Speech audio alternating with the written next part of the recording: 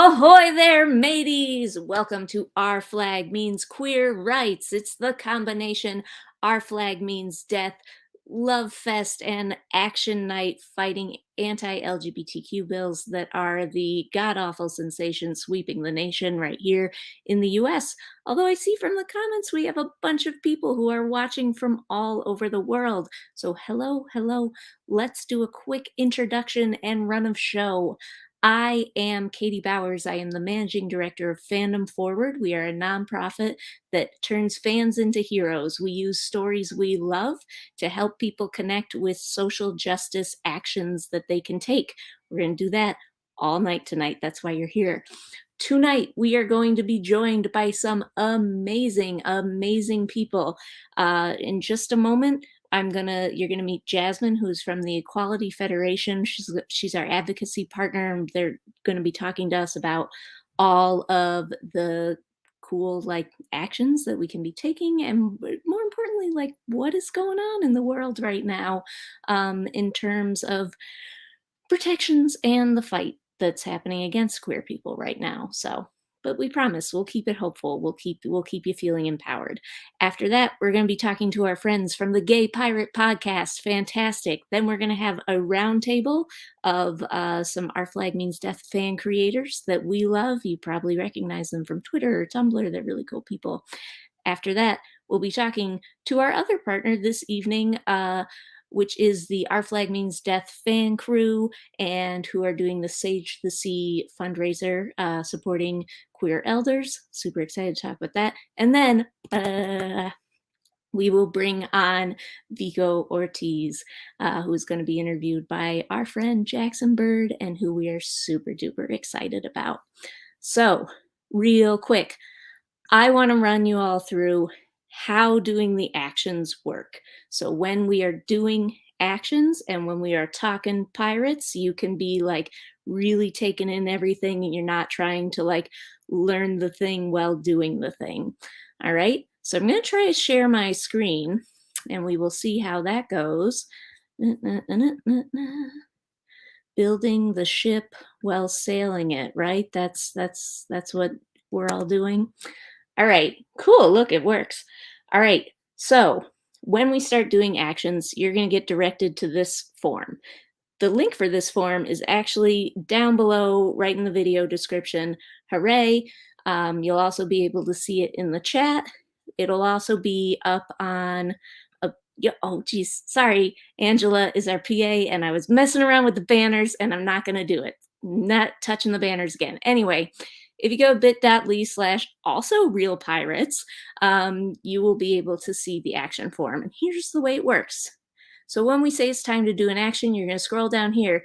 You're going to put your name and your email. That's so we can follow up and send you cool emails about future things we're doing.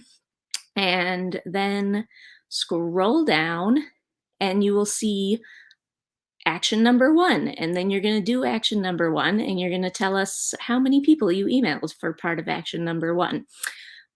If you are the type of person who is a scroll ahead person, it makes you feel anxious, you just want to get things done, whatever, you can scroll through the rest of the form and see what the actions are going to be.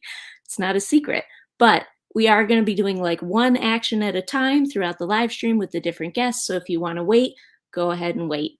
You can submit the form multiple times. You can go back and you can change your answer after you submit.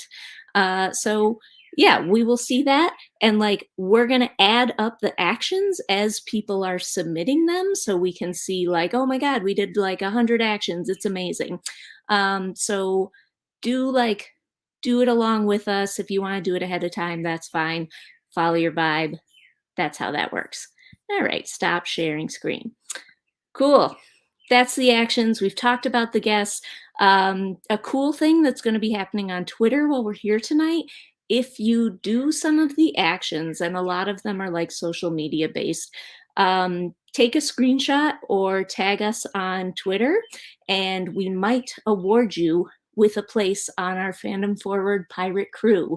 And we've got special artwork that goes with that we'll send you, and you get your position as first mate or deckhand or like whatever. So if you're a person who would really enjoy being a part of a pirate crew and getting an official title, do tweet at us throughout the night.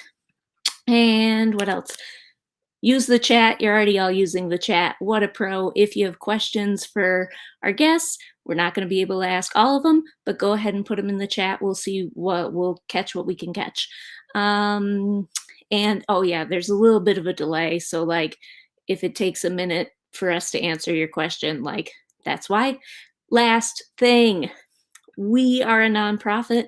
Part of the way we support our work is through our sales of really cool merchandise we have. So in other words, please check out this fabulous booty I'm hawking at our store. We have got some polite menace t-shirts and pins. We've got some like pride stickers. We've got a do you want to do something weird t-shirt. And also we have a bunch of non-pirate merchandise if you have multiple interests. Oh yeah, like the t-shirt I'm wearing, which is the Late Night Library Squad shirt. And like, it's got basically a lighthouse on it. So I'm going to count it as pirate merch anyway. That's all the housekeeping. It's time to bring on our first guest, who's Jasmine Cruz from the Equality Federation. Hi, Jasmine. Hello. Thank you so much for joining us this evening. Thank you for having me. Are you a fan of the Gay Pirate Show? Oh, I'm a huge fan. I love it so much. Fantastic. I'm going to ask you a really short intro, which is just sort of like, what do you do at the Equality Federation? And equally important, who is your favorite character on Our Flag Means Death? I am the communications strategist at Equality Federation, and Equality Federation is an advocacy accelerator rooted in social justice, building power in our network of state-based LGBTQ plus advocacy organizations. My favorite character, I cannot narrow it down to one. It was so difficult. And I think it's a split between Ed and Jim. Ed specifically, I really am rooting for Ed, and I feel like he really deserves a happy ending after all of this.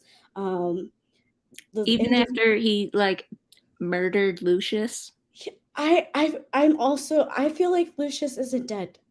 I don't Yeah, know. That's just my unpopular thoughts or hopes. And then I the feel like truth. I feel like I'd also have to split it between Jim because Jim just deserves to move on from like carrying the trauma of like having to avenge their family's death. And that's like totally not fair. So like I want a like redemption. I Yeah, want like processing. absolutely. Oh, I love it.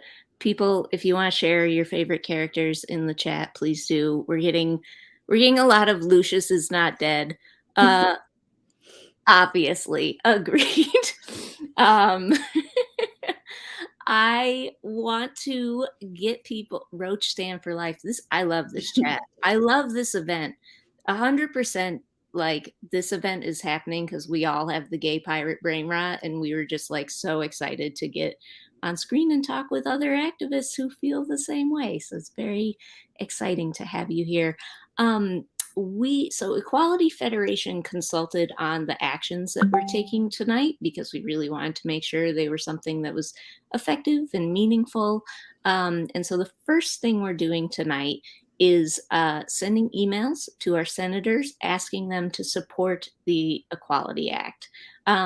So can you tell us a little bit more about like what is the Equality Act? Why is this important? Why is it good for people to send these emails? The Equality Act would provide us with rights that we have been asking for quite some time, and would just help solidify the Civil Rights Act from the 60s. And what we are hoping to do is use it as a starting point for how we gain justice for LGBTQ plus people everywhere. This year was really hard, and we faced a lot of legislative attacks from states who were really working to discriminate against LGBTQ plus people. And currently, we have 29 states that do not have laws that explicitly protect LGBTQ plus people from discrimination. With this Equality Act, LGBTQ plus people would be protected from being evicted from their homes, from being kicked out of businesses, being denied from healthcare, removed from juries, or denied government services in a majority of states because of who we are. This sounds like a really good law, and I'm in favor of it. So folks tonight, when they click on, I shared a couple of links in the chat. You also can all go to the bit.ly/also real pirates. And that's the action form there. And that will have the link. But so when people click on the link to go send to the Equality Act, that is going to their senators, or it's also going to their representatives? This link would be going to their senators. Cool. Is it helpful to talk to their representatives about too, or is this in a place where like it really matters most in the Senate? I think where we are in the Equality Act right now is we should be amplifying it as far and wide as it can go. We need all of our representatives to know that people really want the LGBTQ plus community to be protected, and that we deserve to not face discrimination. We know that when we deprioritize LGBTQ plus protections in legislation, we make it unsafe for the people who work hard to better our communities.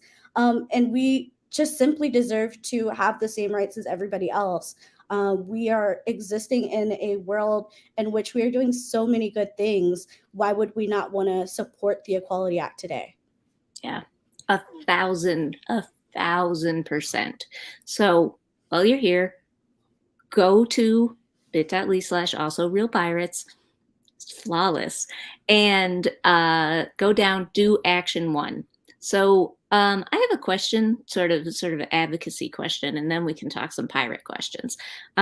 If we have a lot of folks who are like in college and like so living in one state, going to school in another, could they email like both state senators? Is that helpful? Does that count? Or do they need to just focus on their home state? Absolutely contact both senators. It's important that both senators are aware that they have constituents who span the country, because what we're facing is a lot of singular attacks that are designed to isolate our community, and we really need to come together. So the more that we amplify it and make sure that this is a unified effort, the more we can make sure our senators know that it is important that we pass this today.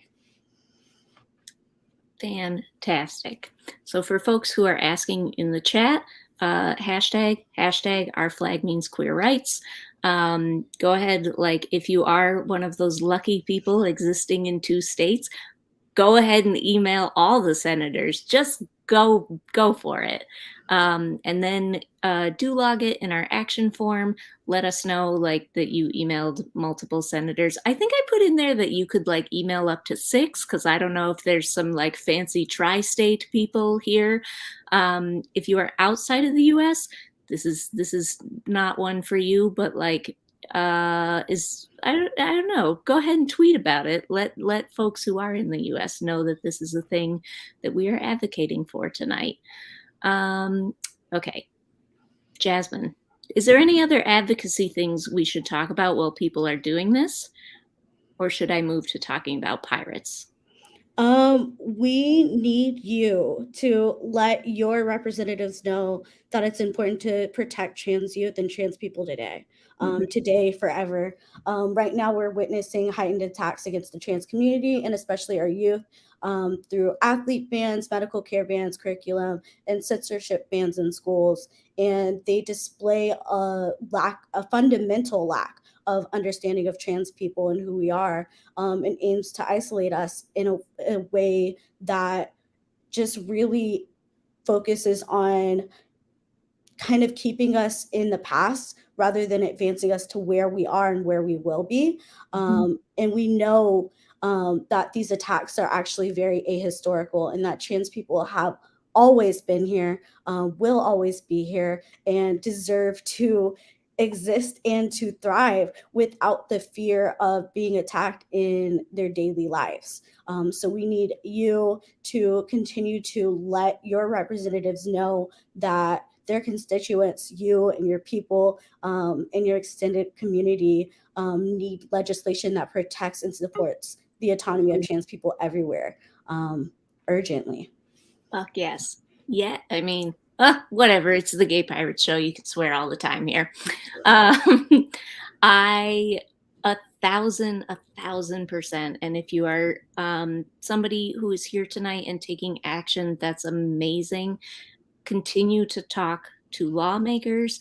Continue to talk to your friends and family about talking to lawmakers and about sort of like there's so much misinformation going on right now to like just scare people, I guess, get people on their side, and like people who get it, people who are supportive of trans people, of queer people, who are trans people, who are allies. We need to be out there and be countering all of this stuff and fighting back.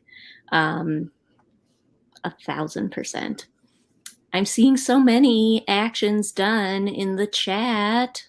Way to go, everybody. That is so amazing. I'm really excited. I gotta like we're early on. Oh, our action counter spreadsheet is math madness right now, but there's a lot of actions happening, and that's very exciting. All right, very cool. Let's see. Jasmine, sorry, I'm all over the place.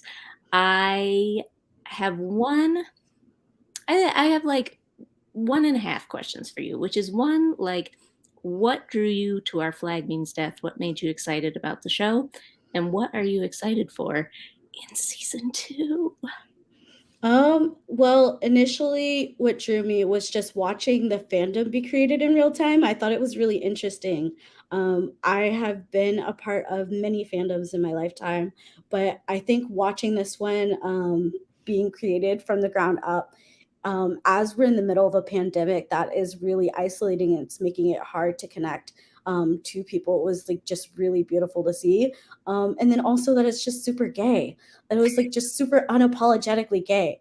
And I don't know if other people are feeling that way, but like I just didn't realize how much I needed the show until I watched it.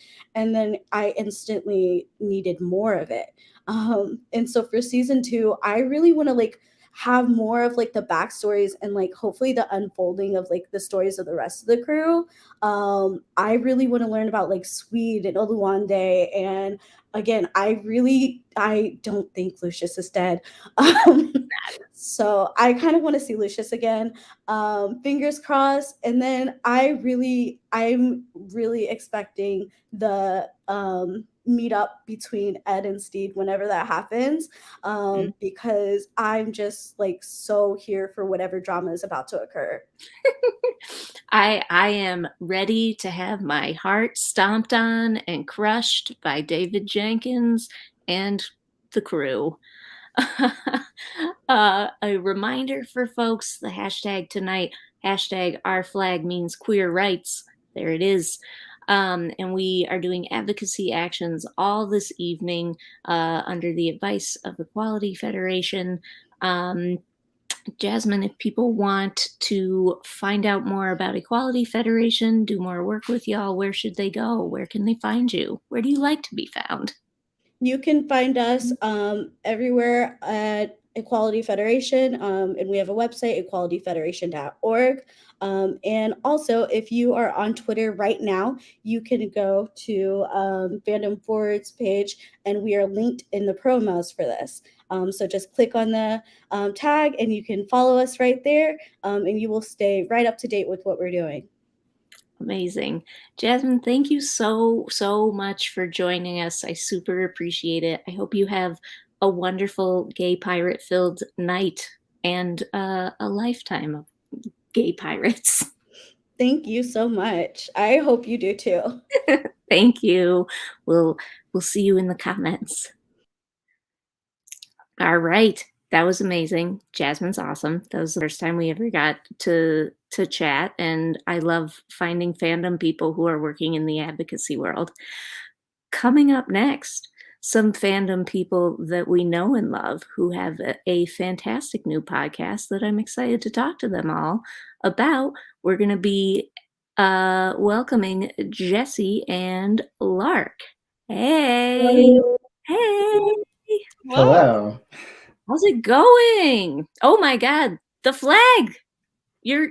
It's my flag. I made that. I love it. Wow, what are they all like individually sewn on buttons? They sure are. Oh my Yeah. gosh, how long did that take to make? It took a long time, but it was very fulfilling. And I just like watched the show on a loop while I made Yeah. it. So yeah, it was like the end of episode 1. I was like, I need one. Like, I need to go to Michael's right now. I need to buy a bag of buttons. Like, this has to happen right now. So, One of my friends who is watching this evening, actually, the first thing I told her about the show was like, you need to watch this. Their first activity in the show, their first episode in the show is them doing a team building crafting activity, even yeah. though they're like villainous pirates. It's amazing. So hey, let's introduce you all. Jesse, Lark, tell us a little bit about who you are and what brings you here on our live stream this evening. Jesse, go first. All right. So we are the hosts and creators of hashtag Ruthless Productions. We have now 4 podcasts. We have the Gay Pirate podcast about Our Flag Means Death. We have We Are the Gayers about Buffy the Vampire Slayer. Escape from Reality, ESGAYPE, which is about the Simon Snow series, and The Gaelic Prophet, which is about Harry Potter. And nothing is more relevant to our interests than a gay pirate rom-com. Like it's like it was made for the two of us to talk about and love.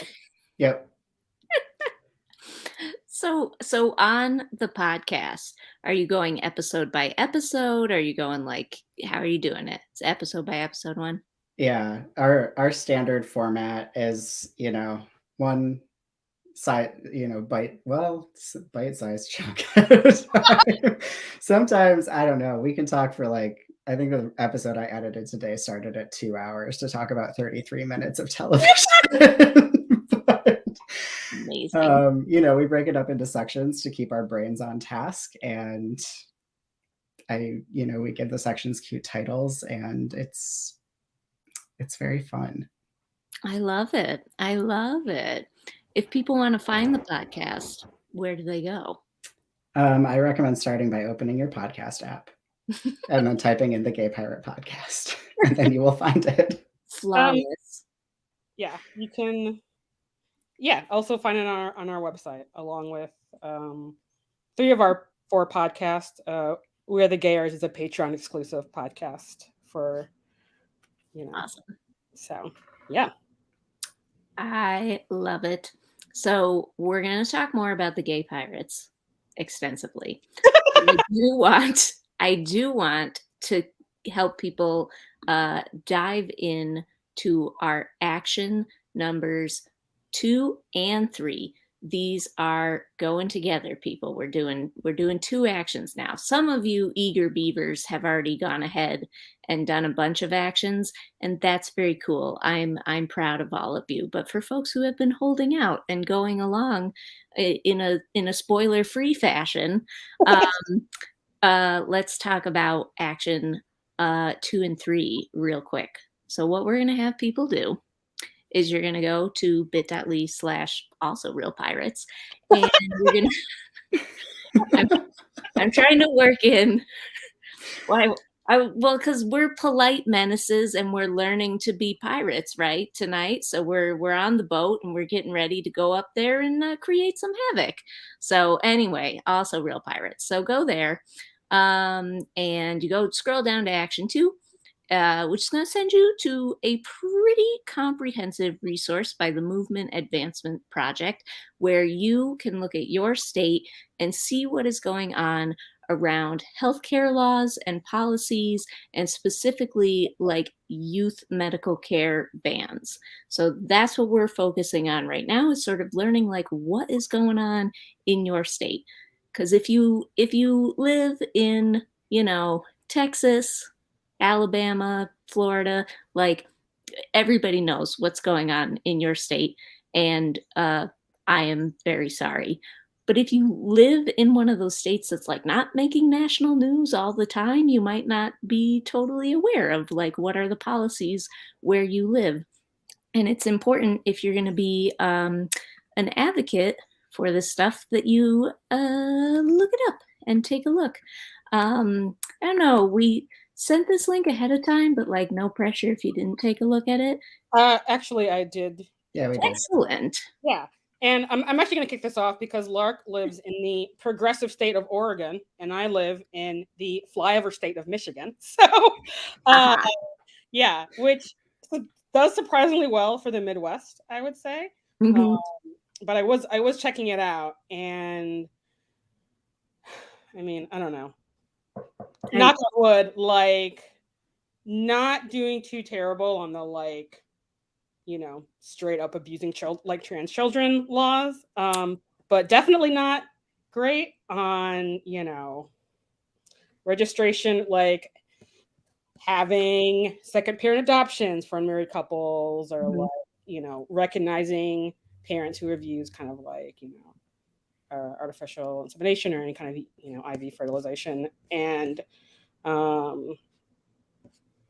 also just like the gay panic defense is still a thing that can happen in Michigan, which is like, no, thank you. And I'm like, but no, like it's 20, but yeah. So yeah, not great things. Not great things. So here's the thing though. Now, if we know, because everybody's looking now, I see you all looking in the chat and becoming various levels of depressed about what's going on. But here's the point. Here's the point.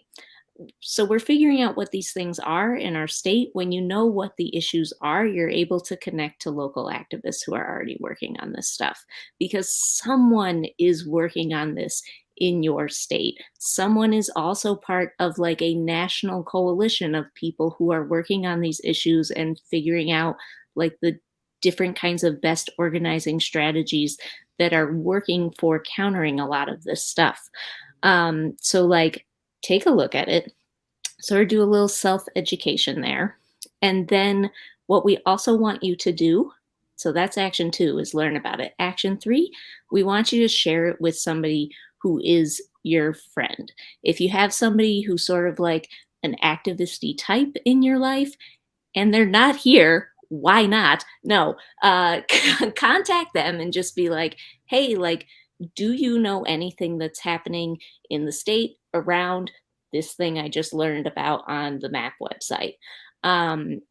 If you don't have an activist-y type friend, just text somebody that you trust and be like, hey, I'm trying to learn more about this issue because I think it's really important and I didn't know it was a thing in our state, or I did know it was a thing and I'm really mad and I want someone to like help me take action with it, right? So like, do take the time to like feel your feelings around it, but like reach out to other people and start figuring out like, how do you make a difference in your state?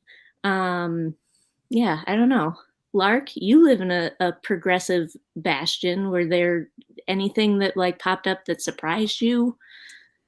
The only one that I did find surprising was that it's still technically illegal for like banks and like loan providers to discriminate based on gender and sexuality, which might be it's not illegal because it's like doesn't happen though. You know what I mean? Like it might just have not been explicitly outlawed. I know a lot of queer homeowners in Portland, and I've never heard of anyone running into that. Which isn't to say that it like won't or can't happen, but that was the only one that really like popped out to me that was like, that's weird, given that kind of almost everything else has been explicitly been like, no, you can't do that. It's a loose brick in the foundation there. Right, exactly. So that's still worth advocating around. I live in New York, and somebody else in the comments mentioned that they're learning, even in a super progressive place, we still have a few gaps to fill. I looked in the education section, and I didn't even know this was a thing. There are a number of states that mandate that you have to have some kind of like LGBTQ history discussion, like lessons around this stuff. New York State doesn't have that. And like, why not? We'd go for it. So like that's a thing worth advocating for here. There's a few people in the comments saying that they do local organizing around this stuff. Jeremy, who's going to be on the show later, so we'll let Jeremy talk about Kentucky then. Also Ilana, who was talking with us on Twitter Spaces last night about this very event. So yeah, there are people in the comments that you can connect with and learn more about this stuff. So people, and also like people talking about whales. Man, we have people from all over the world watching tonight. It's so exciting that this show has just touched so many people and brought so many people together. I love it. It like kind of doesn't surprise me because I feel like there's like so many notoriously queer baiting mainstream media, like large IP, large fandoms out there that being like, it's like, as opposed to like licking crumbs off of a plate, it's like, here is a whole buffet for you to have. And you're just like, this is for me? I could, Yeah. Really? For me? And it's just, and I really hope that it means that not only showrunners and creators, but us as fans are going to be like, actually, yeah, I don't really want to have this sort of like, will they, won't they, no homo, just because you want my, fandom output. I would like them to kiss and be in love and have to fight their way back to each other. What's happening? So I'm not prepared for season 2 at all. I sometimes when I rewatch like right up until the kiss, and then I'm like, and they lived happily ever after. The end. Jesse does that too. Yeah, I actually just watched the like final episode for the first time, like again, since I watched it the first time, and I was still just like so emotional. But I think it's important to keep in mind that this is a rom-com. Like it's not like a dark, gritty like HBO show. So it's kind of like we're at the point in the rom-com where like they've had to have the separation and figure themselves out before they can come back together. So I'm fingers crossed. Yeah. They got a lot of stuff. They got a lot of stuff they have to work out. Yeah. Bouncing back from that attempted murder is going to be rough. Yeah. First I didn't ask favorite characters yet, right? Favorite characters? Please tell me. This question, I cannot choose. So I at all times I have at least 3, and Lucius and Frenchie are always 2 of them, and then 3 like rotates basically. It's often Oluwande, sometimes it's Jim. There are moments like everyone gets a second to be my third favorite character, but statically, Lucius and Frenchie are always one of mine. Frenchie is one of my favorite characters, 1,000%. Like every single line he delivers is like understated and extremely funny. Yeah.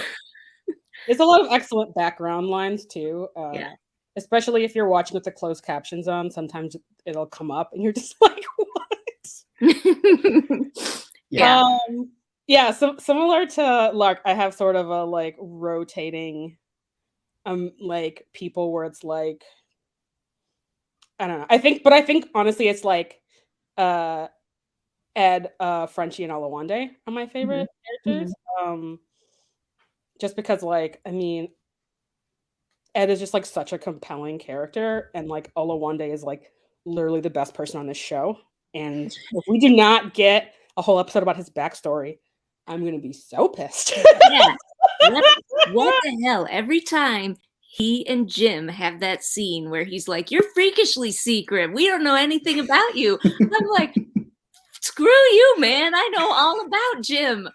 I know everything about Jim. What the hell did you do before you worked at Spanish Jackie's? Did you just materialize out of the floor? Like, Yeah. what's your favorite color?" Every time. What are your hopes and dreams for season 2?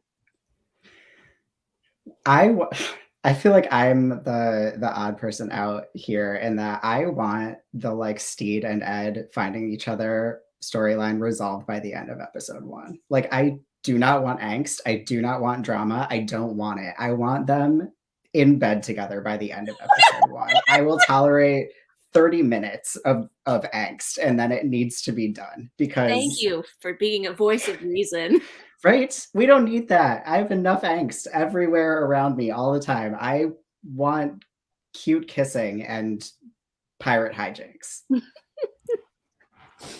I support that 1,000%. I think that's a very popular opinion.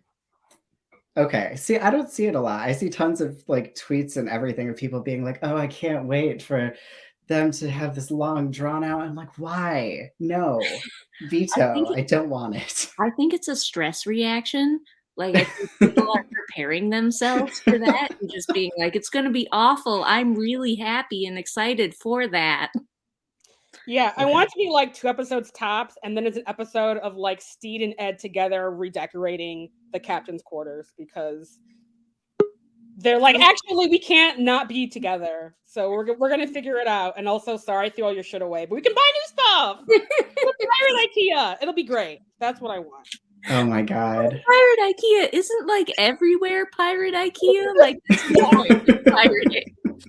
Ed has to like they have to attack an increasing volume of ships in order to find the like matching place settings and like the right furniture that's gonna match.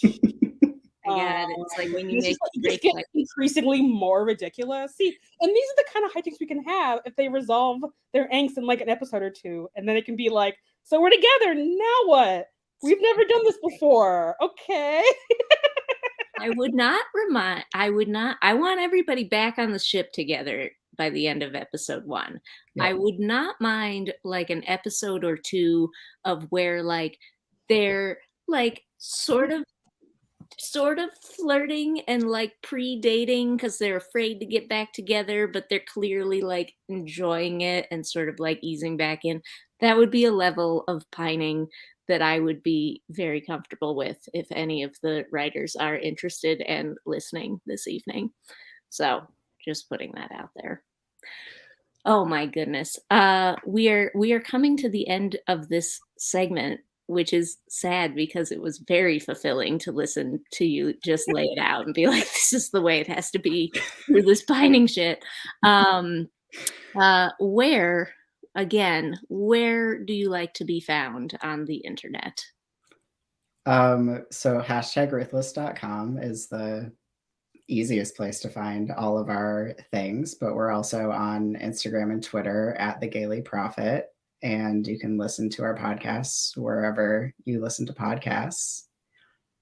And we have a Patreon. It's /The Gaily Prophet if you want to like listen to our Buffy podcast or participate in Hot Pirate Summer with us. We're going to be watching Hook with our patrons in like a week. It's going to be great.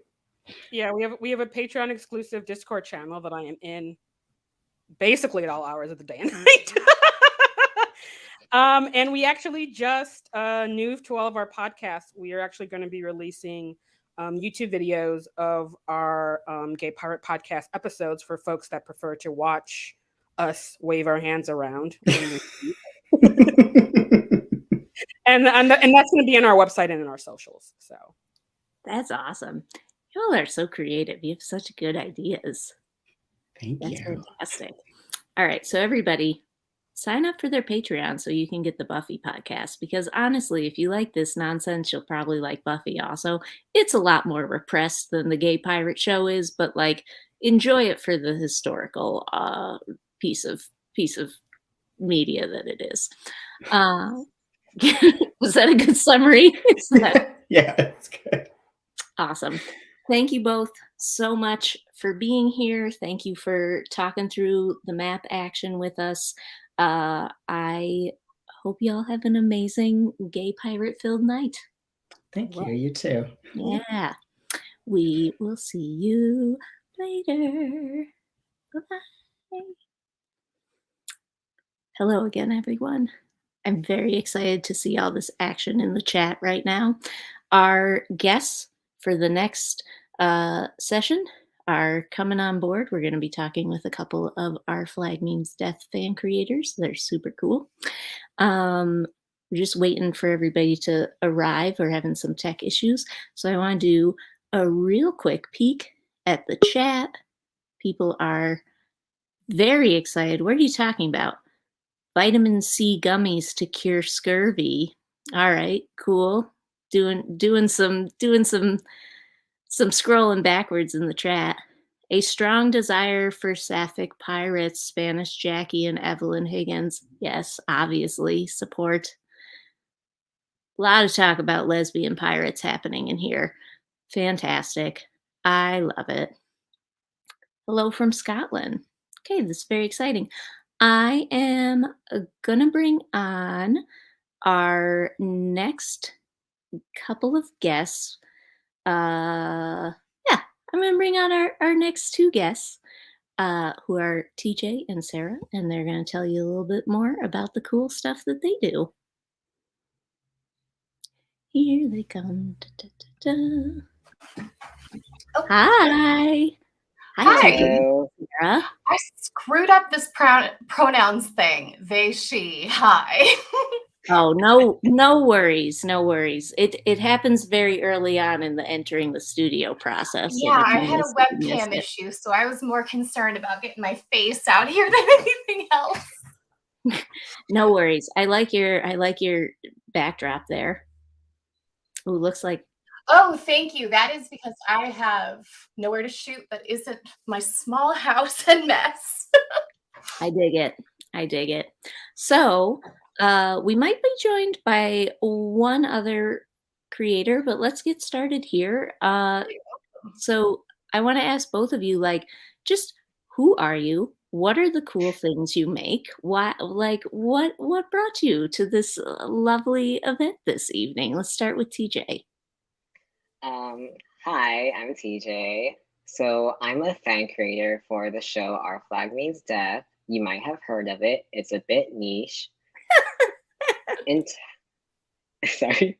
And then in terms of content that I make, I primarily make either unhinged meta about examining like the individual facial expressions of each character and how this means they're in love, and this also means that they're tragic, or fan fiction, which is basically the same exact thing, except I'm actively trying to make you cry. I have never heard fan fiction described in such an accurate and painful way. I'm going to make my emotions everyone else's problem. It's fantastic. Perfect. That's exactly what we're here for this evening. And Sarah, what about you? I'm pretty much unhinged meta myself as well. I'm a music nerd, so I throw up playlists and fan mix as well, but those are just for fun. I'm sort of combo human psych, intersectional politics, obsessing over granular word choice kind of person. I write about everybody, mostly Ed and Steed and Izzy, since they're sort of the pivots of the plot and the easiest way to break down the story a lot of the time, but I have a giant meta page. That's sort of it. So you both are doing a lot of the writing that is getting us through the long dark period that is the gap between season 1 and season 2, so we can like obsessively feel all the different emotions in preparation for season 2. Is this accurate? Yeah, pretty Hopefully. much. Perfect, beautiful. I want to ask you, like, what inspired you to start getting involved with this fandom? What inspired you to like make the kind of stuff that you make, and like why this show?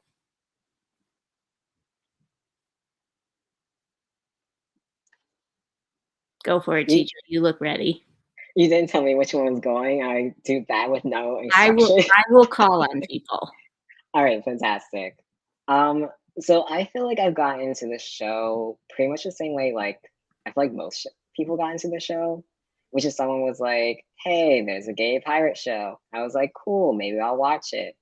And then they're like, "By the way, Taika's in it." I was like, "Cool, I'll watch it right now immediately because I'm in love with him."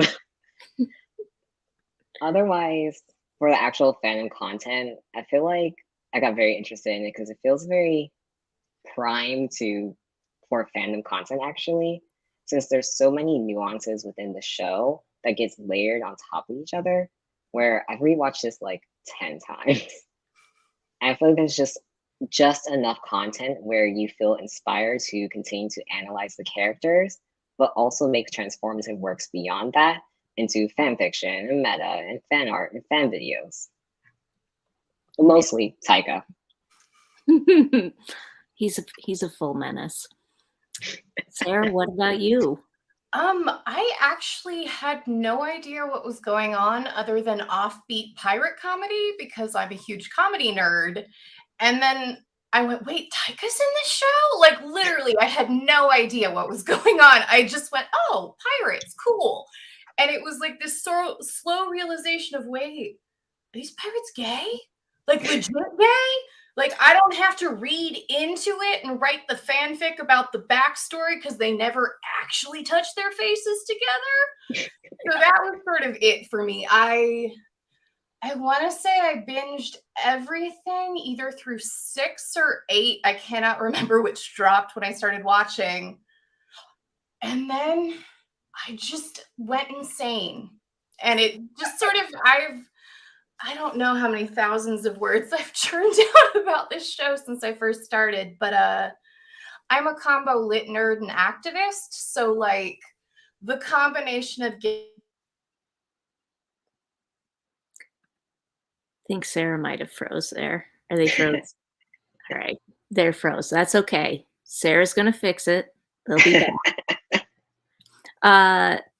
We had another presenter who unfortunately is sick this evening, but I do just want to let people know because there are a lot of folks asking in the comments, where can we find your stuff?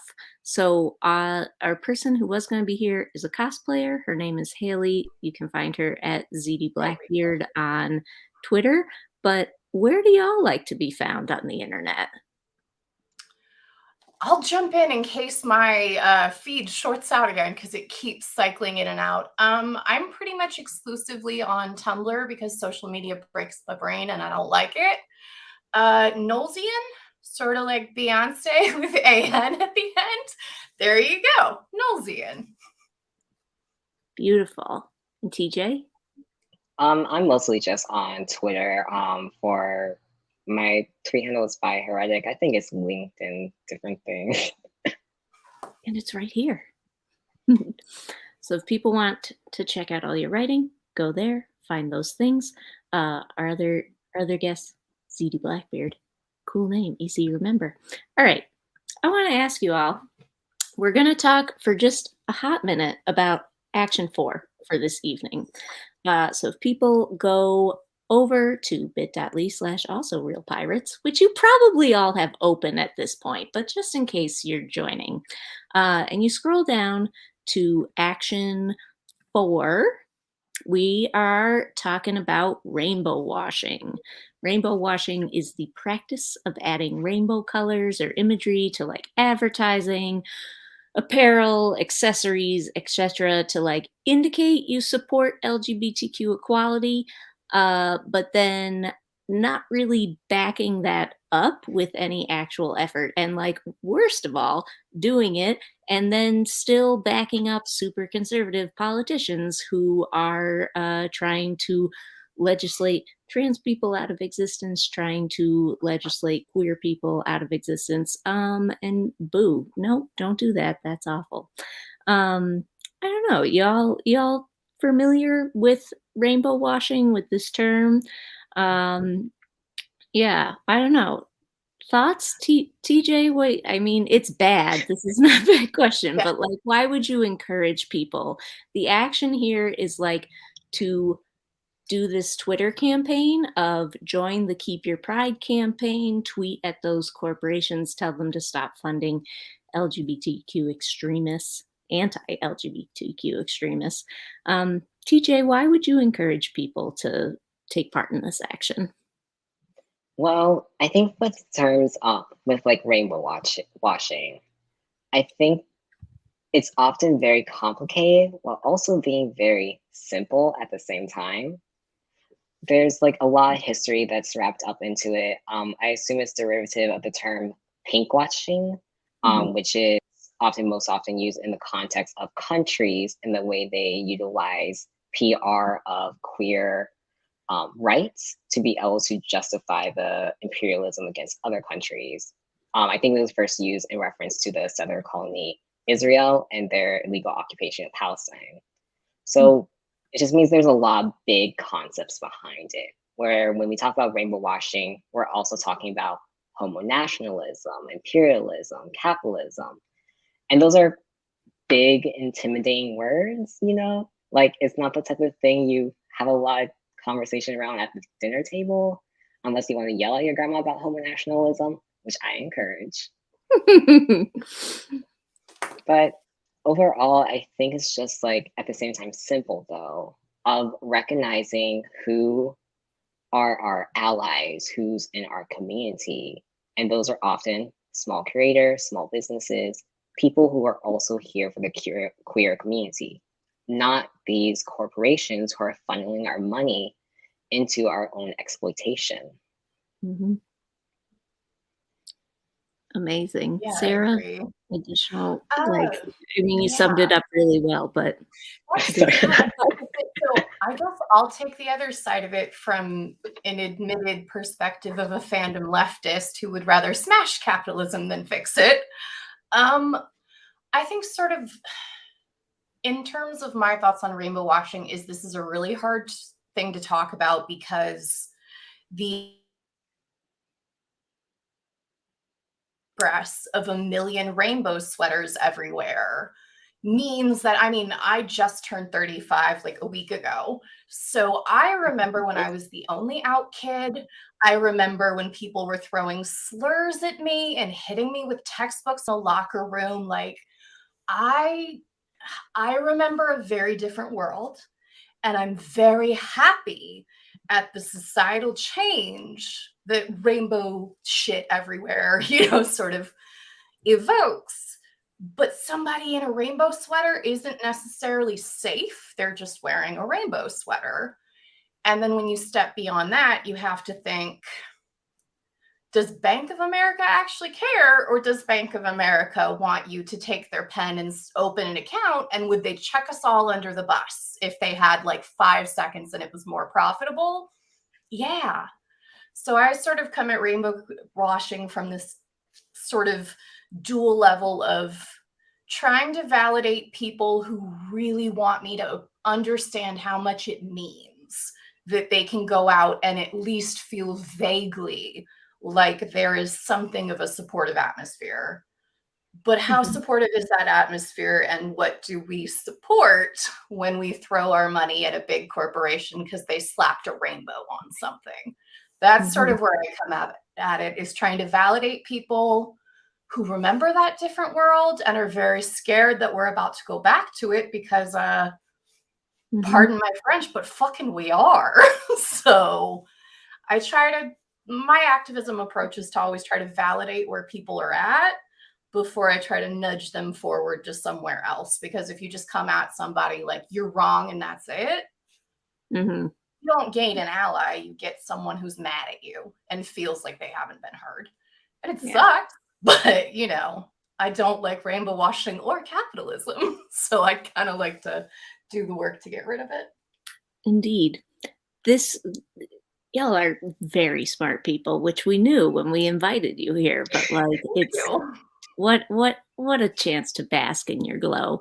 Everyone, do Action 4. Check out the Twitter campaign that's happened there. Learn a little bit more about rainbow washing and like why it is ABFD. But I want to talk about something that is less like is sort of the opposite of that. Like, yes, it's owned by HBO and like, but all the myths are owned by corporations. But Our Flag Means Death really comes in swinging hard for queer representation, for representation of queer and trans people, of particularly people of color in the media. Like it's amazing and it's wonderful. And I would just sort of love to hear sort of your thoughts around like the show's representation of queer people of color, trans people of color in media. Like, why is that so important? And why is it important also in fandom and for fan creators? TJ, do you have thoughts on that? Yes. So I really like the way that Our Flag Means Death handles representation. I feel like there's so much value in it that often can get missed by others because there's not just representation on screen, but also representation in the writer's room, in the directors, the producers. Having this within the show creates a structure where you're able to actually implement that representation in a way that makes good stories. I think it's really important, especially for fandom, because there's often a romanticization of fandom of a very radical space, and it often can be, but it's still a space that is full of humans who are also full of their own biases. I know that over the years, we've gotten a lot better in fandom about homophobia, transphobia. We're very much the gay place. But in terms of conversations about racism, though, I think we've actually gotten worse, which is mostly because there's been a general backlash in the last few years as well. So I think Our Flag Means Death makes a actually very good opportunity in fandom, since those conversations are already built into the show structure, where we have something we can model ourselves after for being able to facilitate this dialogue, because it can be very rough being a person of color in fandom and having our work often devalued and pushed out of it.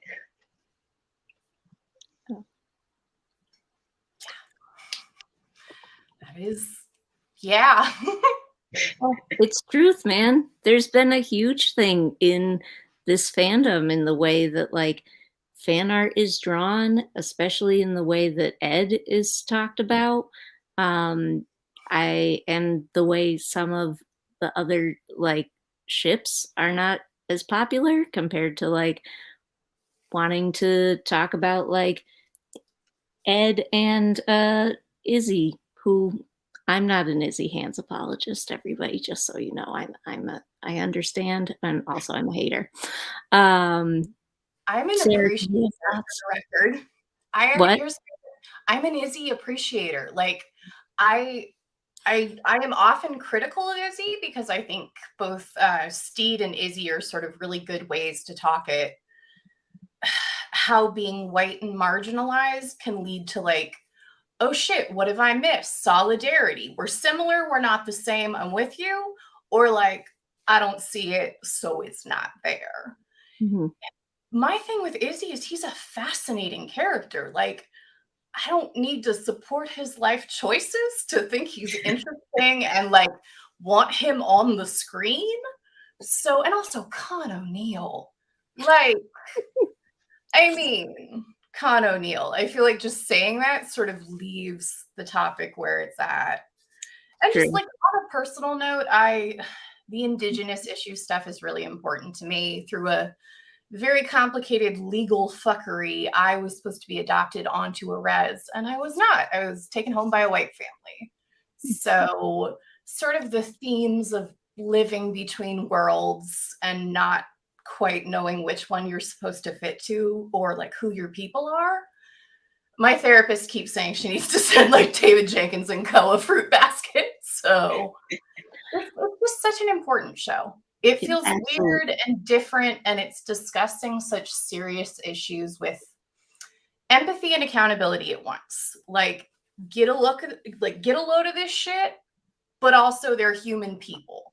You can see people as, I have a little problem sometimes with the way we talk about don't humanize XYZ, because my thing is, no, the problem is we're all human. You don't need to humanize bad behavior or like doing horrible things. That's human shit. So for me, humanizing people is about seeing them as whole people and knowing that, like, for example, you don't become Izzy because you're happy with your life. Like, nobody becomes Izzy because they went to therapy and did the work and they're really cool with what's happening right now. So, like, you can see people like that and be like, wow, it sucks that you hurt other people, or like every other character on the show who hurt somebody at some point, and be able to feel for them and say, okay, but now do the work of like making amends and becoming part of the community that we can all trust, because it's not about kicking you out into the cold. It's asking you to be better and be with us versus against us, is sort of how I see this kind of thing. I'm never coming at anyone with my anti-racist work and being like, fuck you, you're worthless, you're racist. My thing is, it's a descriptor. It's not an insult. It's like working in a kitchen. I just want everybody to like be chopping shit the right way and not be standing in the way when I've got something hot behind you, because we're all trying to do a job here. We're all trying to live together. Just, descriptor, not insult. Get it together, sort of. We're all trying to work together to make the world a less awful place and something that's a little bit more like The Revenge, but with less stabbing. Yes, exactly. We are at the end of our segment here, so I want to just do a refresher for folks. TJ, where do you like to be found on the internet? I don't know if I ever want to be found on the internet. I'm mostly on Twitter on by Heretic. Honestly, I am the unhinged Izzy stan. He is my special little princess, my baby girl. But yeah. Y'all cannot be stopped. Sarah, where do you like to be found on the internet? I would like to not be perceived and also have all the attention at once on Tumblr at Nulzian. Beautiful. I too am comfortable being perceived on the internet, which is funny to say on YouTube. I want to point. Look at us shy people. I want to point folks also to Hayley, who is at ZD Blackbeard.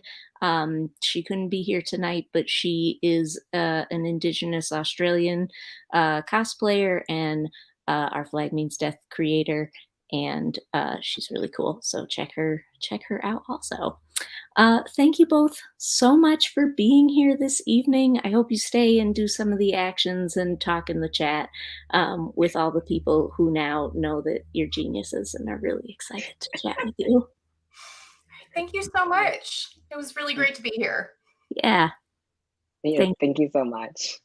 Thank you both so much. Have a fantastic night. You too.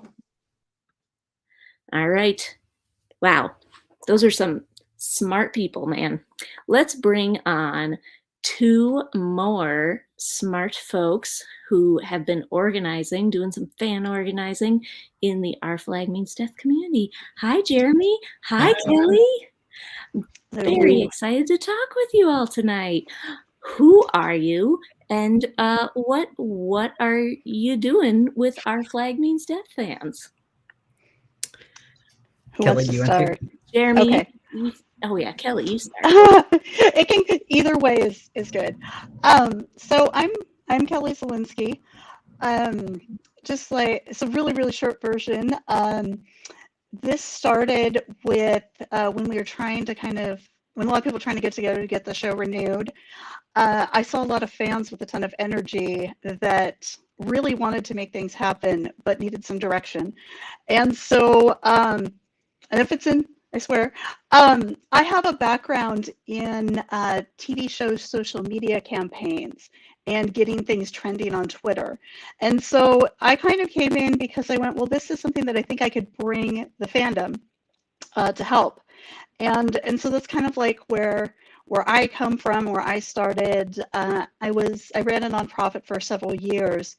And so I'm going to turn this back on to Jeremy because this, I started with, let's put a team together to make some noise, but Jeremy took it to a whole new level. So Jeremy.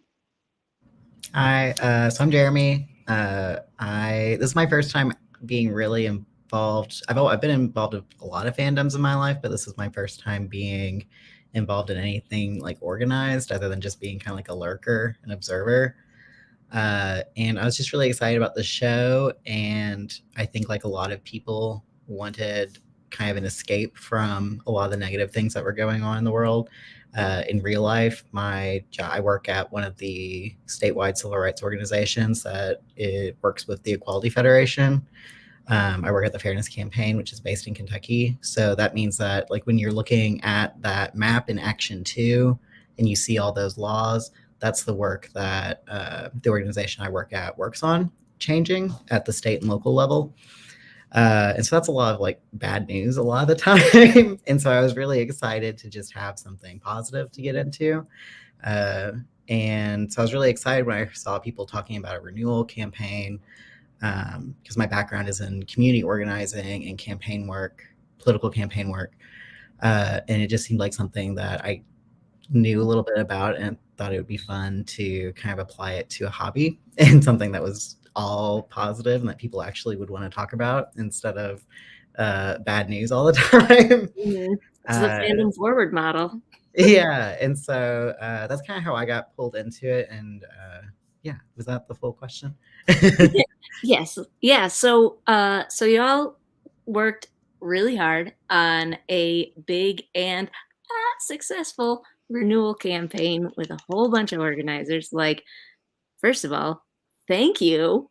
Very important to my life and everyone's life here.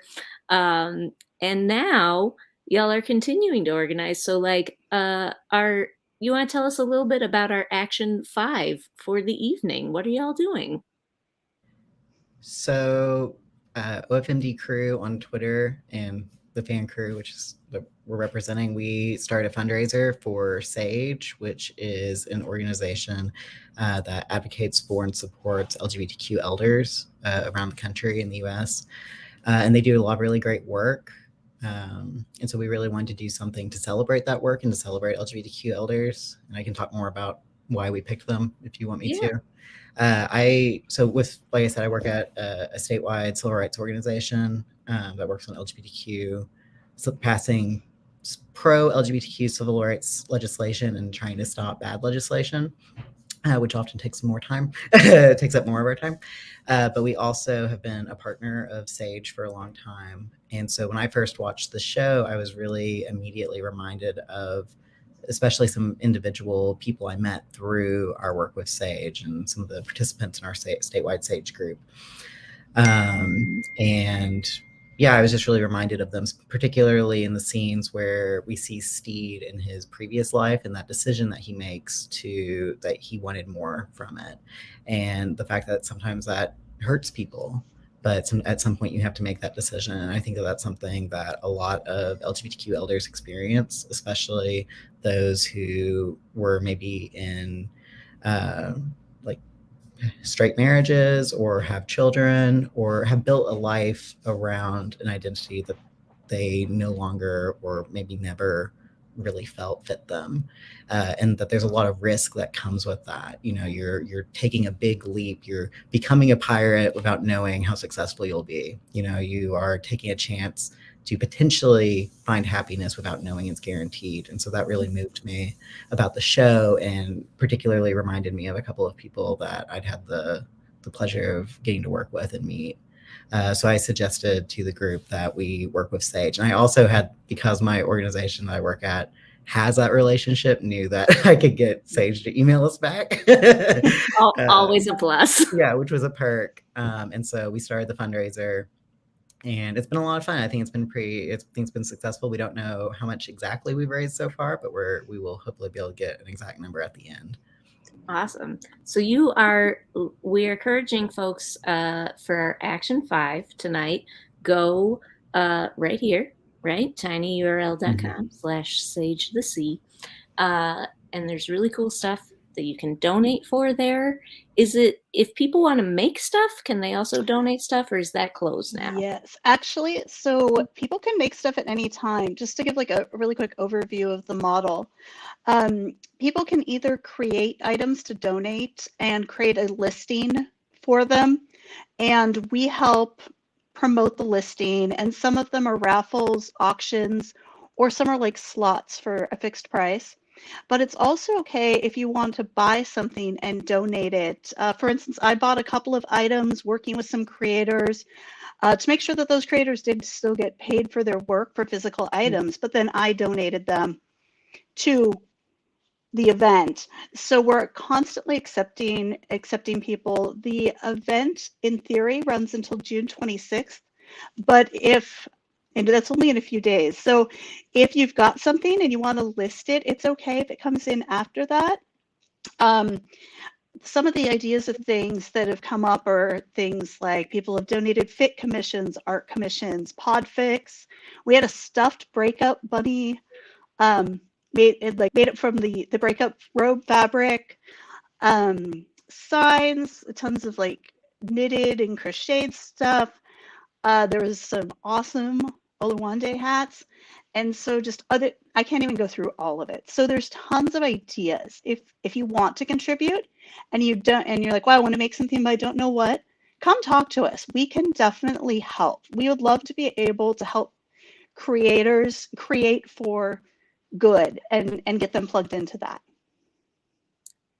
I love it. I love it because, like, not only is this such a worthy cause that is like so well connected to the show, but also like this fandom has just like, our cup runneth over with talented artists and creators. And so like there's really cool stuff on there. And I love that you include not just like visual art, but like fic and like podfics and stuff like that. That's very cool. It looks like people are heading over there and asking some questions. Oh yeah, okay. You're answering in the chat. Faster than I am because I have it on my phone. But I did see some questions about like how to for instance contribute art. You can contact us on Twitter. The other thing is that you can also just create a listing. If you check our tag, Sage the Sea, kind of like in the URL on Twitter, you can see a lot of examples of listings, and you can create one. We're constantly checking the tag and we're retweeting them, and we'll help get the word out. And you can jump in anytime. We definitely would love to hear from you if you've got questions. We're here to help. It's fantastic. I love it. People seem really excited about this in the chat. Don't forget, as you are going to tinyurl.com/sagethesea, do be sure to also log your actions with us, bit.ly, also real pirates, because we want to know what you're doing, and we want to be able to celebrate all the cool stuff that you are doing to support Sage, to support Sage the Sea, which I really like that title also. Yeah, it was so cool. I want to ask the two of you, as I have been asking everyone, sort of what are your hopes and dreams for season 2? After you worked so hard to make it happen, what are your hopes and dreams for season 2? Oh, I know definitely what mine is. I know that everybody is it's an unpopular opinion. I know everyone loves Lucius is in the walls, but what I would love to see is befriends a mermaid who drags him to a ship full of stabby nuns, because I just want to see Nana again, and maybe crewed by some lesbian pirates. Like, dream team right there. And so personally, that's my pet favorite thing. It probably won't happen, but I still love talking about it. I love that. That is I peruse a lot of theories about season 2, and that is one that I have not heard before. So high five on that. Jeremy, what about you? I'm way more basic. I just want to see more pining. I want to see so the quote that Taika had in that interview recently, where he was talking about like seeing your ex at a party. I want to see that play out just like endlessly. I want to see them pine and be like into each other again and know it, but not like struggling to cross that final step. That's what I want. And I'm just going to keep watching rom-coms until I get that, until season 2. I'm there with you. I'm there with you. We are coming to the end of our segment here. So as a reminder to everybody, Action 5 tonight, tinyurl.com/SageTheSea. You can donate money, you can donate art, you can donate writing. All of it is going to support queer elders. It's awesome. Go do it. Jeremy and Kelly, thank you so much for joining us this evening. It's such a pleasure to get to talk to you about such an important project. Well, thank you so much for inviting us, and we look forward to hearing from more fans. And please donate. We love Sage. There's a great organization. And thank you all. Thank you all so much. Have a fantastic night. Bye. Thank you. Bye. Fantastic night. Hello. We're coming in and out there. Let's see. I am going to bring on, we have some very exciting guests coming up next. You should all be very pumped. I can see them in the backstage green room area. I am going to bring on first longtime friend of Fandom Forward, our friend Jackson Bird. Hello. Hi, Jack. Hi. I'm going to do a brief intro for you for anybody who does not know Jack. Jack is a former coworker of mine here at Fandom Forward. He is also a YouTuber, an author, a podcaster, and a general gay pirate enthusiast. Accurate. Summed it up there. Fantastic. Jack, what are you doing here tonight? You doing something exciting? You talking to anybody interesting? Yeah, I think we've got an exciting guest coming up. We're going to be talking to the one and only Jim, aka Vico Ortiz, is going to be coming on in just a second, I believe. Yes. Joining us to talk about our favorite little gay pirate show. Fantastic. Jack, I'm going to depart here and let you take it away. I'll captain this ship. Don't worry. Yeah, captain this ship. I'm heading back to my quarters. Talk to y'all later. Hello. What's good? Can y'all hear me all right? I can hear you. We'll see if people can hear both of us, and after the lag, we'll find out. Love it. Amazing. It's so good to see you. What's up, Jack? Hi. Yeah. Thank you so much for joining us tonight. This is so exciting. I also got to say, first up, congratulations on being on the nominating ballot to be nominated maybe for the Emmys.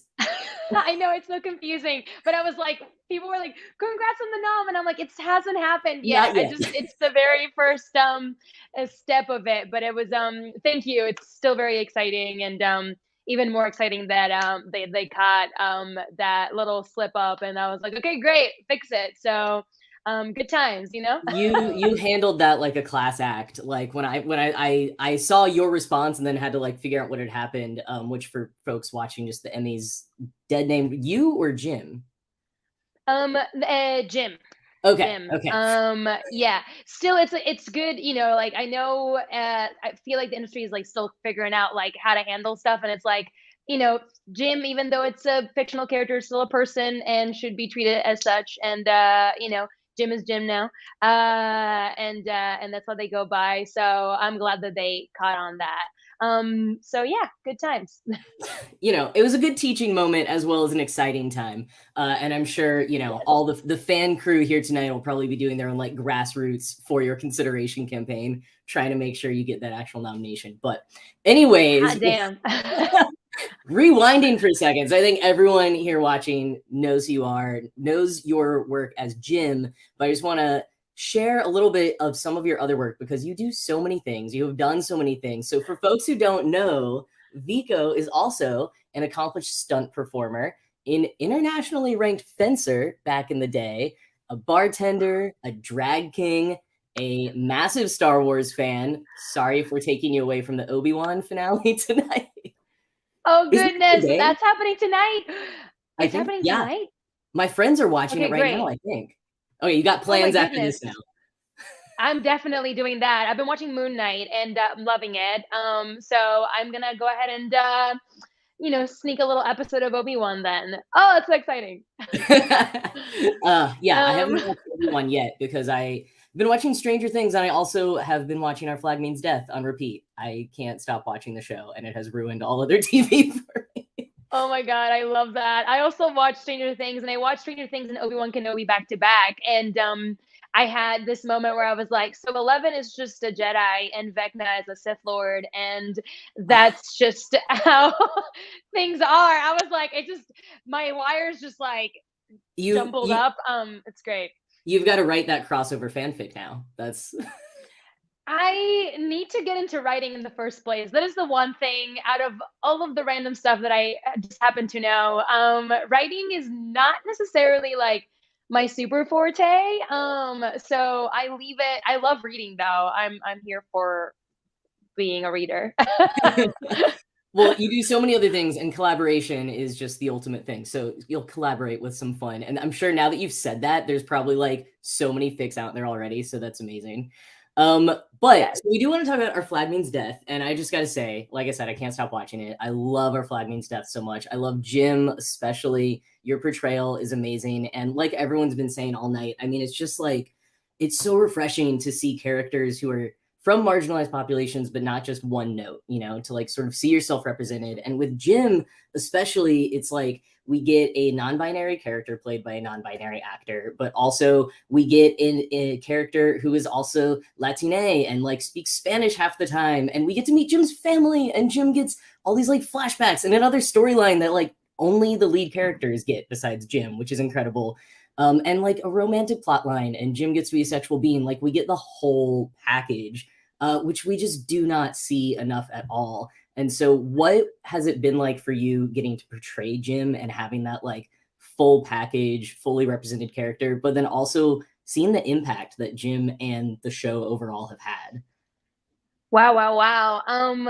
Thank you for all of that, by the way. It really, I mean, I think that's what I am mostly feeling. It's just so much gratefulness and so honored to be able to take care of Jim and be Jim. You know, I think that's one of the things that that attracted me so much to the script and the character is the fact that they were treating this person like everybody else. And as I was getting to know everybody else, I was also being treated like everybody else. And because oftentimes when I come to sets in other projects, I'm the only trans non-binary person, and I take on a lot of responsibilities that I graciously take on. But it's a lot. It's like apart from being an actor, I'm also a bunch of other stuff that a lot of other actors don't do.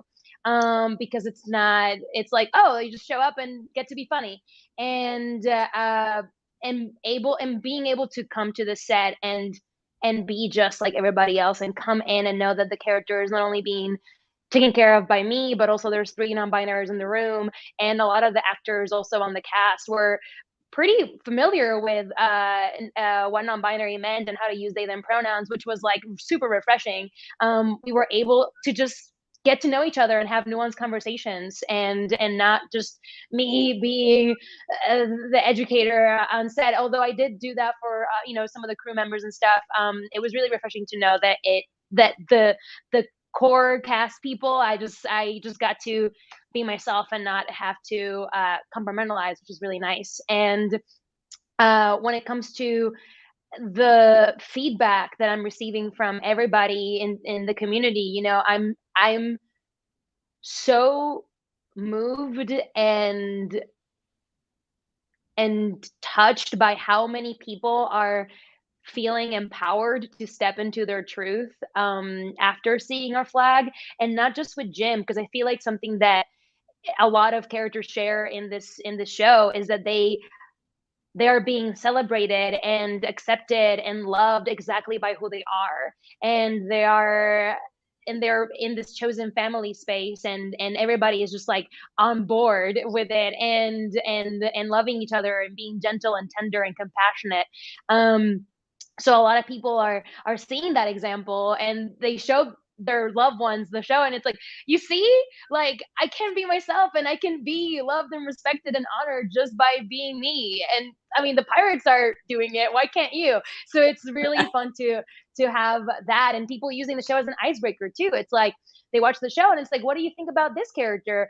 And it's like, oh, cool, glad that you think this. I resonate with a lot of what this character is going through, and then that kind of opens up conversations, which has been so, honestly, it's so beautiful to see, because I feel like as an artist, art is how I connect. It's how I learn about myself and other people. And I'm really glad that the show has been a vehicle for that. Yeah, I love that. And I love what you brought up about like the chosen family aspect of the show too, because like I think that's something that is so just threaded into every part of the show that sometimes I forget about it, like as an explicit thing. But it's such a powerful part. But I love everything you were just saying about, especially like people being able to show this to their friends or their family as like, okay, this is what I've been trying to explain to you. Like, this is who I am. That's so beautiful, because representation is so, so important. But it is not everything, it is just a starting point. It's got to be followed up with action. And so that is why we're all here tonight, is we've been taking actions all night long. And so everyone who has been following along, we have I think it's bit.ly/also-real-pirates. Maybe we'll get that up on the screen if it's not. But we're going on to action number 6 right now, is what we're doing. So action number 6 is we are encouraging you to take a pledge to support trans youth. So this is being organized by the ACLU, the American Civil Liberties Union, and they are trying to rally together 100,000 people to pledge and show their support for trans youth everywhere. And right now, the pledge is at about 35,300 signatures. So we've got 65,000 to go. Good math right there. I was like, I'm not the one doing math right now. I was like, uh-oh. We've done a lot of like fundraisers with Fandom Forward back in the day, and the number of times I got the math wrong on being like, we have this far to go to a goal. Oh, so embarrassing. I might have gotten that math wrong too. Who knows? That felt legit though. 30 something, 60 something. That kind of, that makes sense. Feels right. I feel like that's how we like in the arts and entertainment. We're like, yeah, math. That feels right. So it must be. We love the feelings. We love the feelings. Yeah. It's a good time. But everyone do go to the action form, action number 6. We're signing the pledge. And so the point of the pledge is just really to show your support for trans young people and let them know that, all of the anti-trans rhetoric that they're hearing, like those politicians are not the only people who are speaking out right now. There are so many more of us who support them, who love them, who see them and want them to know that they can grow up and they can thrive, and know that we will not stop fighting for them.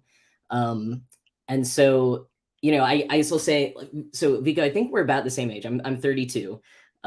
Yes, 31 in like, I don't know, 4 months math. Oh, you're still new to the 30s. I am. My back is starting to feel it though. It's a fun time.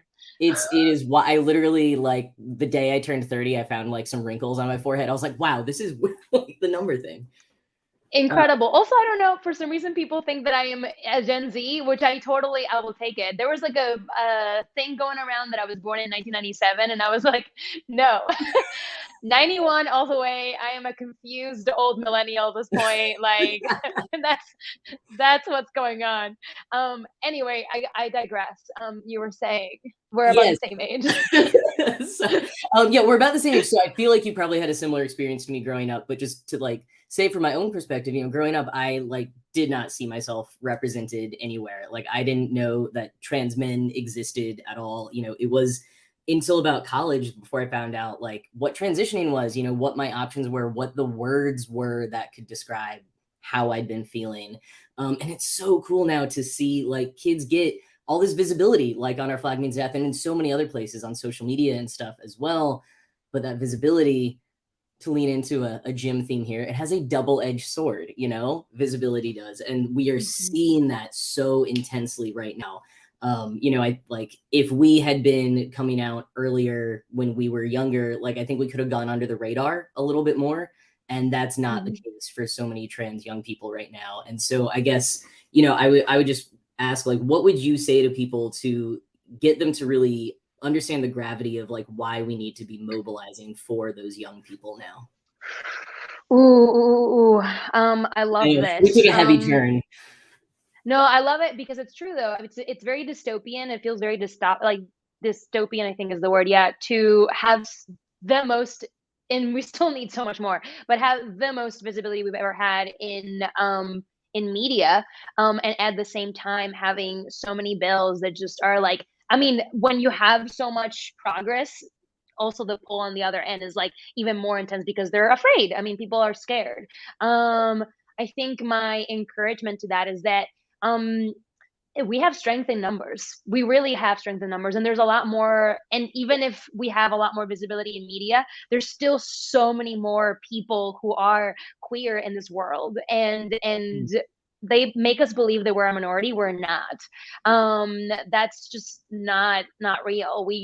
If anything, we're starting to become the majority, which is really beautiful to see. So let's show them that we are not the minority they're leading us to believe. Let's show them that we are here. We're queer. We're not going anywhere. Our voices matter. Our lives matter. We belong everywhere, and we're taking up space because we belong in these spaces. And it really takes 5 seconds, maybe 10 to pledge. I did it earlier today. It was super easy, super quick. And at the end of the day, I mean, numbers, when you see them, it's like, oh, whoa, you know, because being from Puerto Rico, I see like people don't, when you look at the numbers and really study the numbers, you're like, oh, wow, there's a lot more people interested in this versus that. So show up. Make the numbers count, make the numbers matter, make those numbers like skyrocket and be like, oh wow, yeah, we were not expecting that because again, their narrative is that there are not that many of us, and we actually there's a lot of us out there. I was talking about this in another interview where I was like, I meet a lot of trans non-binary people just because not just because I'm trans non-binary, is that I generally, when I get to know someone, I want to know who they are, and I don't put my assumptions on them before getting to know them. And by doing that, I'm allowing this person to come to me as who they are. And oftentimes it's someone who's trans and non-binary, because we're everywhere. We really are, especially with that mysterious Gen Z coming up. Like, oh my gosh. Oh my gosh, obsessed. I mean, TikTok, I'm I'm learning so much through that app. And it's so beautiful too to see. Like, I generally can't wait. I'm generally currently excited by seeing all these young people embracing themselves as who they are and being so free in that exploration, because I feel like that's what's part of being a human being, is that we are in my past I was like, we have to find the exclamation point, the period, you know, and it's like, oh no, it's forever sentence. It just continues going, and I love it. Yeah. Oh, I like that way to put it. Yeah, you don't need like a period at the end of the sentence and go on forever, like a ever expanding galaxy or something like that. Exactly. And I love what you said about like showing the numbers, especially because this is something that gets me a lot is with all of these like anti-trans, anti-LGBTQ plus legislation, like we hear so much about that. And it's like, those are the loudest voices in the room right now, but they are a minority. Like not even talking about people who like are LGBTQ plus, but literally people's like the public sentiment. Most of the public is behind us on this, or at least not that extreme. And so yeah, you're right. It is so important that we show like, I mean, put your voice and your words out there as much as you can. But in terms of like a pledge like this, like the action we're doing at the ACLU right now, showing literally here's 100,000 people, like easy, done. Like that is raw numbers. I love that. Yeah, it really is. It really, and it, again, 5-10 seconds max to do it. So, and after this, I'll also share it on my page to make sure everybody, you know, however many I can get, can make it happen. But yes, you're so right. I mean, even though the number of bills that are being put up right now looks really jarring, and it is, and it's stressful. That's very valid to feel that. We are a lot more than that. Yeah, and I think that is a good point as well, is like it's not just that they're being loud, they are unfortunately are being successful in enacting some of this. And so it's also not just that we need to like, you know, speak up. That's very important to show trans youth that they're not alone, but also be taking action to try to prevent some of these from passing. And so that's what a lot of the other actions tonight have been. So if any of you joined a little bit late, definitely go back and look at some of those other actions and read up on things and see other ways that you can get involved. But Vico, I wanted to ask you also, you know, you were talking about just all of the people you've been meeting and the things you've been seeing online and the amazing response to the show and to your character. And, you know, I know on a much smaller scale, having like come out publicly on my YouTube channel 7 years ago, like when you are getting that kind of response, you get a lot of negative stuff that you are probably, you know, not sharing, but I assume is happening. But you also, all the positive stuff can also be very overwhelming. Like all of it can just be a lot sometimes. And so we talk a lot about self-care here in Fandom Forward. And so I was just curious, how are you taking care of yourself right now? Thank you for asking that. It's been, thankfully, before even booking this show, I began this morning ritual to really check in with myself and connect with my body and my breath. It's honestly super simple. When I wake up this month, I recognize that I haven't been as on it as I normally have been, just because this month has been particularly really busy. Can't imagine. But I wake up, I don't look at my emails up until like 10:30 in the morning, and I take that morning time to really be present in drinking my water and making my coffee and journaling, doing meditation, setting my intentions for the day, yoga, and like yoga with the intention of connecting to my breath and my body. I used to be in this like very go mindset, and I was like working out for the sake of like working out and like pumping my muscles, and I was like, now my workouts are not really working out. It's more so much like that connection, that being intentional about like, where's my breath going, where is my attention going, like taking care of that and connecting with myself really. And then from that, I take on my day. I am currently in the process of a transition in terms of learning new boundaries, what I say yes to, what I say no to, how to preserve my energy. Because as much as I love receiving so much energy, because it's also really, it fuels me. It's also a lot of energy taking and a lot of energy to take out. But it's been really beautiful to like, it really is just like finding the balance of like whenever I go out and interact with people, I am in a space to do so because I want to. And if I feel like I need to rest and be home, I stay at home and I rest. Whereas a past version of me pre-pandemic, I would have been just like on all the time and not really giving me a chance to just be with myself and be like, hey, like, what do I need today? How do I want to recharge? How do I want to keep my cup full. Because an image that really has helped me is that in the past I would fill up my cup and then do this and then be empty and then like freak out and then put it back in and fill it up and then da, da, da, da, da, da. So now what I'm doing is practicing that my cup is so high up that it just overflows around, but I'm never like pouring out. It's just like a constant it's like the jiggity jew where you're just like breathing and yeah. also exhaling. Yeah, I'm breathing. pronouncing it wrong, I think, but it's like that concept where my cup is just constantly filling up and overflowing all around, and I'm not exhausting myself to the point where I am burnt out, which is a balance. And sometimes I forget, and then I'm like, oh, I gotta, and then I'm like, oh, remember, young Padawan, your practice. And you're like, okay, let's center up, let's do this. But it's honestly been a really, it really is so beautiful to see how many people have begun or has sparked their journey into questioning, who they are outside of societal expectations. And it's happening for both queer folks and for folks who are not queer, who are being like, what does make me a man? What does make me a woman? And reclaiming those things that they love from that, and also being like, I don't have to do that just because society tells me to, and then just kind of being like, that doesn't make me any less of a man or any less of a woman. And it's like, heck, fuck yeah, do your thing. I love that. So it's been really dope to see. I love that so much, and I'm so glad to hear it that you are very intentionally taking care of yourself. And that cup, that visualization with the cup is helpful. I'm taking that on. Yes. Okay. So we have to wrap up, but I have one more question for you. Now, I know that you probably don't know anything, and if you could, you can tell us anyways.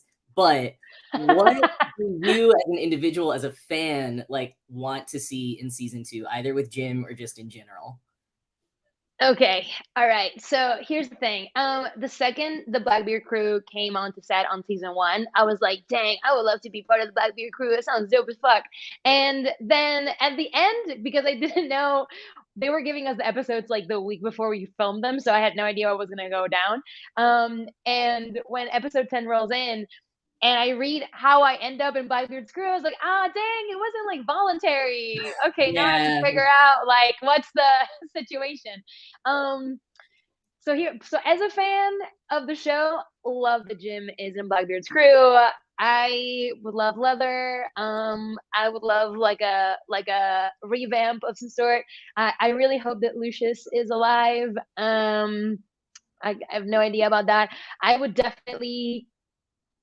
love to see like a fun love triangle for sure. At least one, could be multiple. Fun fact, like fun pirate fact, both Anne Bonny and Mary Reed met disguised as men, and both were like, you're a cute guy, and then they realized that was not the thing. They were like, I think you're still cute, so like let's keep doing this.